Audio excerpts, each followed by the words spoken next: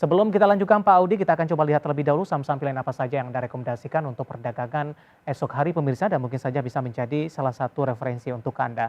4 saham pilihan yang direkomendasikan dari konsumer ada INDF pemirsa, direkomendasikan trading buy, supportnya 6.100, resisten 6450, kemudian SCMA juga trading buy 240 hingga 210, kemudian 210 hingga 240, kemudian Jasa Marga juga trading buy 3560, 3330 maksud kami hingga 3560, sementara Inco supportnya di 6.600, resistennya juga di 7.400, tapi lebih direkomendasikan buy on break.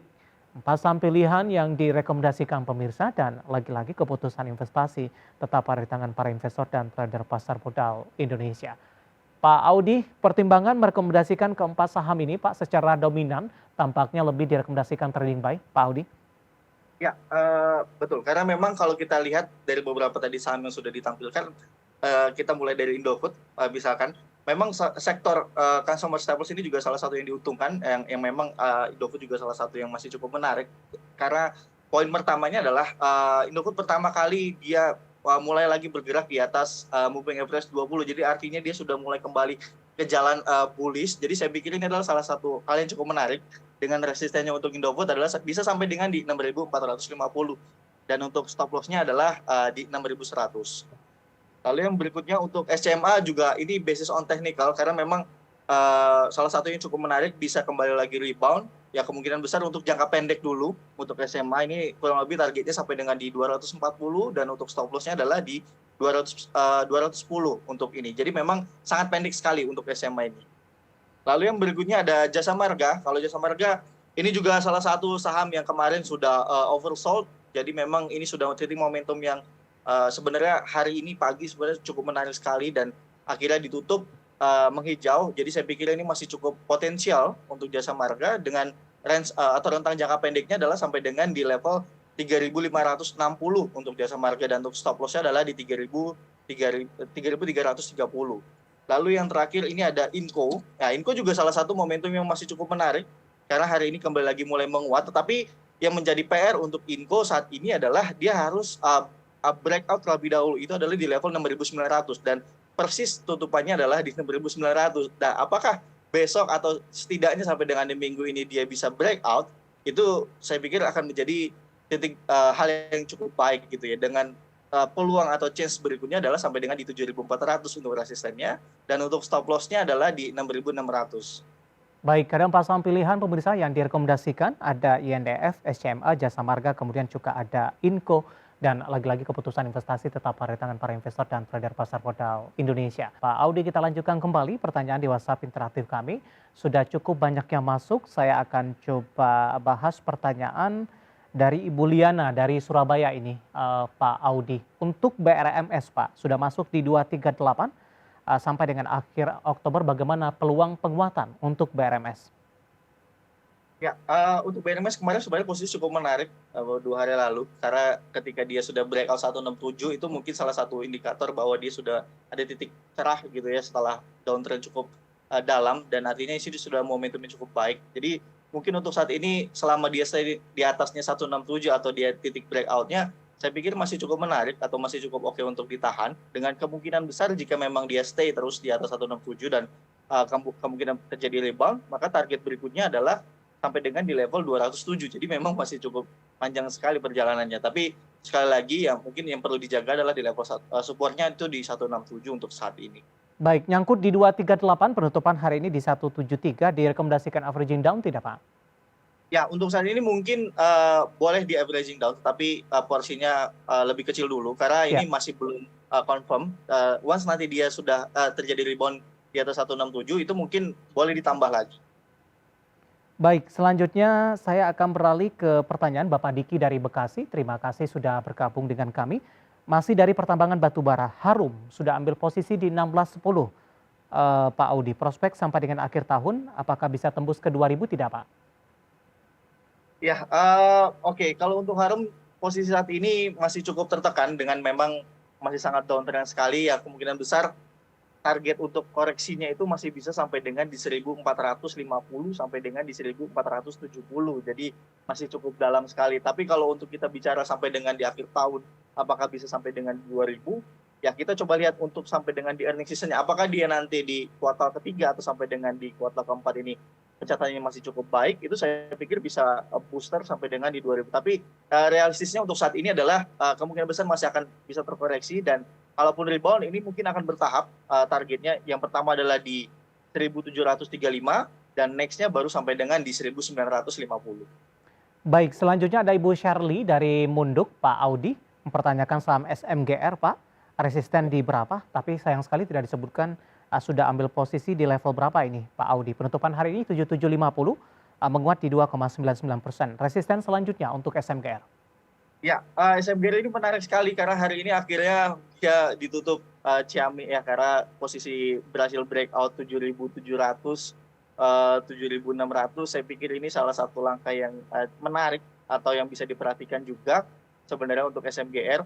Jadi baru hari ini dia breakout-nya masih bagus sekali. Ya, saya pikir kemungkinan besar dia masih menguat, masih terbuka gitu ya, dengan level resisten ya bertahap. Ini sampai dengan pertamanya adalah di 8.350.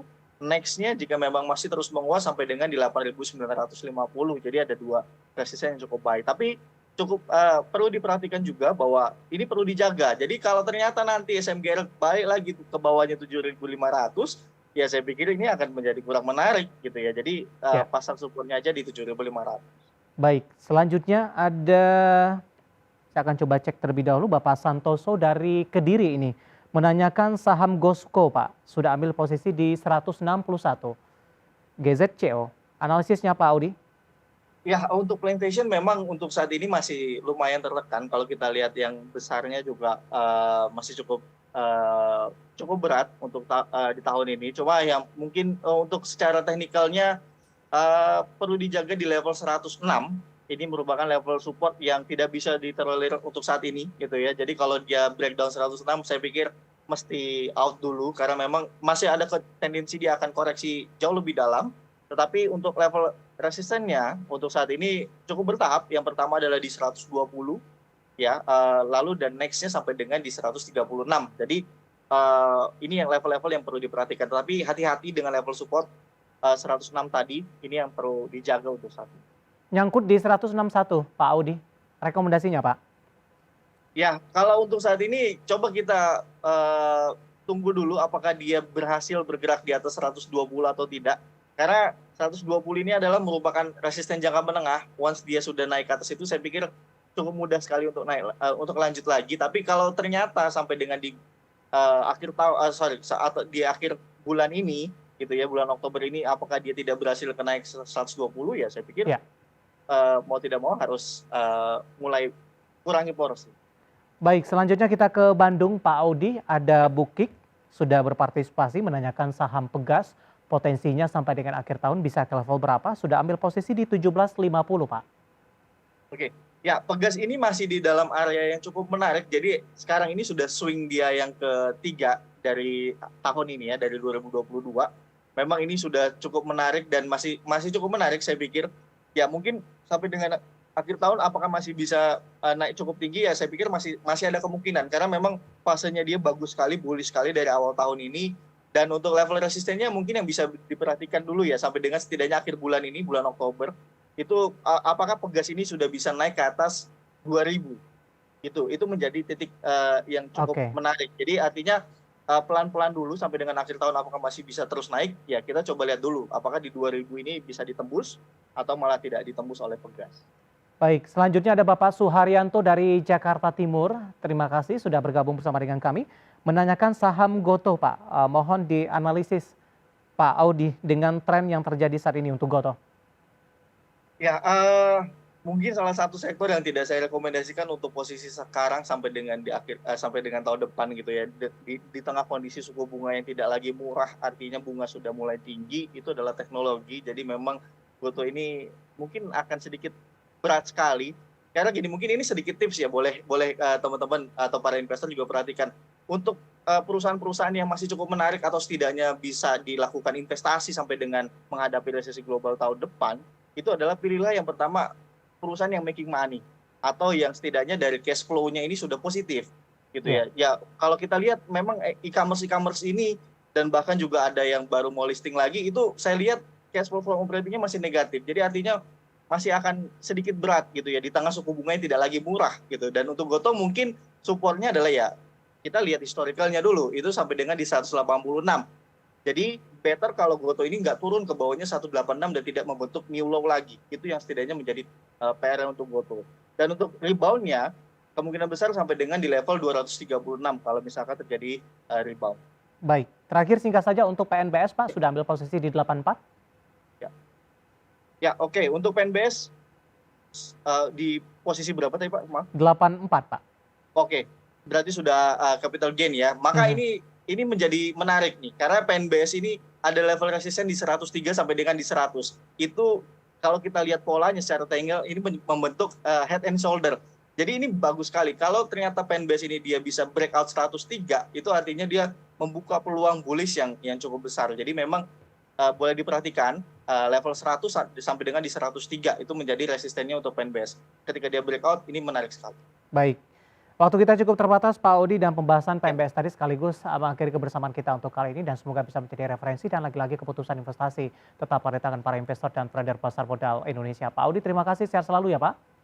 Ya, sama-sama. Baik, ada Bapak Octavianus Audi, pengamat pasar modal, dan akhirnya saya David San Oval dan seluruh kerja yang bertugas mengucapkan terima kasih. Sampai berjumpa kembali.